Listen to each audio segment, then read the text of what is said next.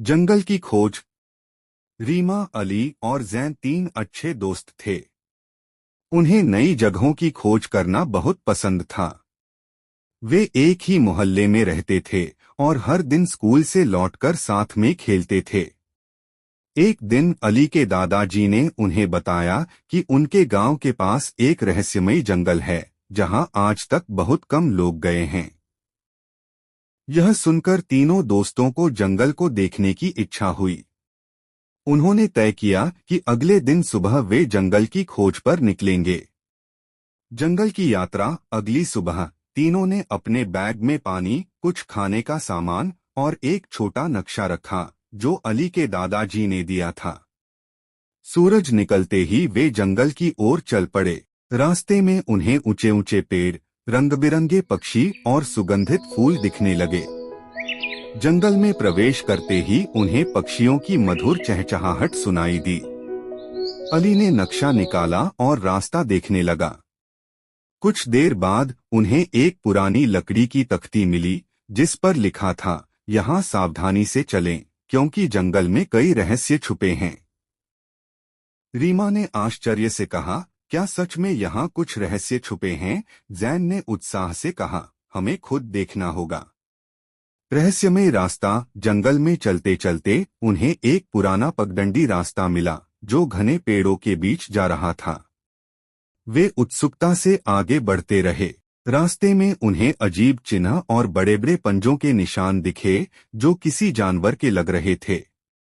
थोड़ा आगे जाने पर उन्हें एक छोटी नदी मिली। अली ने कहा, हमें इसे पार करना होगा। नदी ज्यादा गहरी नहीं थी लेकिन पानी बहुत ठंडा था। तीनों ने हाथ पकड़कर सावधानी से नदी पार की। जंगल का रहस्य। नदी पार करते ही उन्हें सामने एक पुरानी झोपड़ी दिखाई दी। झोपड़ी के दरवाजे पर एक बुजुर्ग बैठे थे जिनकी लंबी सफेद दाढ़ी थी। उन्होंने बच्चों को देखकर मुस्कुराते हुए कहा, तुम बहुत बहादुर हो जो यहाँ तक आ गए। रीमा ने आदर से पूछा, आप यहाँ अकेले रहते हैं? बुजुर्ग बोले, हाँ, मैं इस जंगल का रक्षक हूँ। यहाँ कई कीमती जड़ी बूटियाँ और दुर्लभ पेड़ हैं जिनकी रक्षा करना मेरा काम है। लेकिन लोग इन चीजों को नुकसान पहुँचाने आते हैं, इसलिए मैं यहाँ रहता हूँ। जैन ने आश्चर्य से पूछा, इस जगह के बारे में डरावनी कहानियां क्यों प्रचलित हैं? बुजुर्ग हंसकर बोले, ये सब अफवाहें हैं ताकि लोग यहाँ आकर नुकसान न करें। लेकिन तुम जैसे बहादुर और नेक इरादे वाले लोग हमेशा यहाँ स्वागत योग्य हैं। सुरक्षित वापसी। बच्चों ने बुजुर्ग से जंगल के बारे में बहुत कुछ सीखा। उन्होंने वादा किया कि वे प्रकृति की सुंदरता को कोई नुकसान नहीं पहुंचाएंगे। शाम होने लगी तो बुजुर्ग ने उन्हें वापस जाने की सलाह दी। तीनों दोस्तों ने उनका धन्यवाद किया और वापसी की यात्रा शुरू की। वापस लौटते समय वे बहुत खुश थे कि उन्होंने एक नया और अनोखा रहस्य खोज लिया था।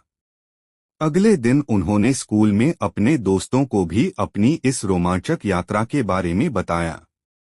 यह यात्रा उनके लिए एक यादगार अनुभव बन गई और उन्होंने सीखा कि प्रकृति की सुंदरता की रक्षा करना हम सबकी जिम्मेदारी है।